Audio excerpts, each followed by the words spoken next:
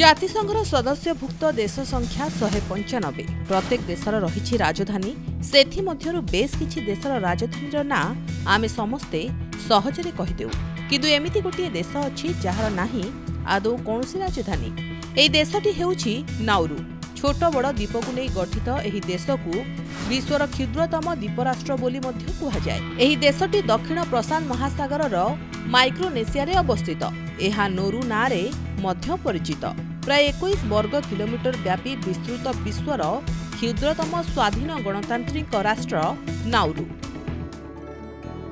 ଏହା ବିଶ୍ୱର ଏକମାତ୍ର ଏପରି ଗଣତାନ୍ତ୍ରିକ ଦେଶ ଯାହାର ଏବେ ବି କୌଣସି ରାଜଧାନୀ ନାହିଁ।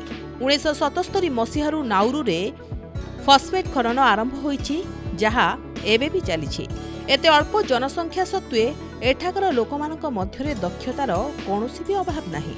କମ୍ ଜନସଂଖ୍ୟା ବିଶିଷ୍ଟ ହୋଇଥିଲେ ବି ଏହି ଦେଶଟି ରାଜ୍ୟଗୋଷ୍ଠୀ କ୍ରୀଡ଼ା ଏବଂ ଅଲିମ୍ପିକ୍ସରେ ଅଂଶଗ୍ରହଣ କରିଆସିଛି।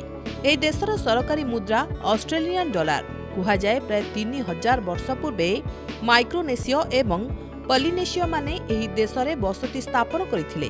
ଏହି ଦେଶର ଜନସଂଖ୍ୟା ଧୀରେ ଧୀରେ ବଢ଼ିଛି ସତ, କିନ୍ତୁ ସେହି ସଂଖ୍ୟା ଅନ୍ୟାନ୍ୟ ଦେଶ ତୁଳନାରେ ନିହାତି ଅଳ୍ପ।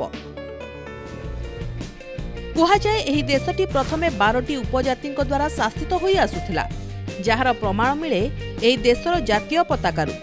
60-70 ଦଶକରୁ ଏହି ଦେଶର ଆୟର ଉତ୍ସ ଥିଲା ଫସ୍ଫେଟ୍ ଖଣି, କିନ୍ତୁ ଅତିରିକ୍ତ ଖନନ କାରଣରୁ ଏହି ଆୟର ଉତ୍ସ ମଧ୍ୟ ଶେଷ ହୋଇ ଆସିଛି। ବର୍ତ୍ତମାନ ଏଠାରେ ପ୍ରଚୁର ପରିମାଣରେ ନଡ଼ିଆ ଚାଷ କରାଯାଉଛି। ନାଉରୁରେ ପର୍ଯ୍ୟଟକଙ୍କ ଭିଡ଼ ବିଶେଷ ଦେଖିବାକୁ ମିଳିନଥାଏ, ସେଥିପାଇଁ ଏହାର ସୌନ୍ଦର୍ଯ୍ୟ ଏବଂ ସ୍ନିଗ୍ଧତା ଅତୁଟ ରହିଛି।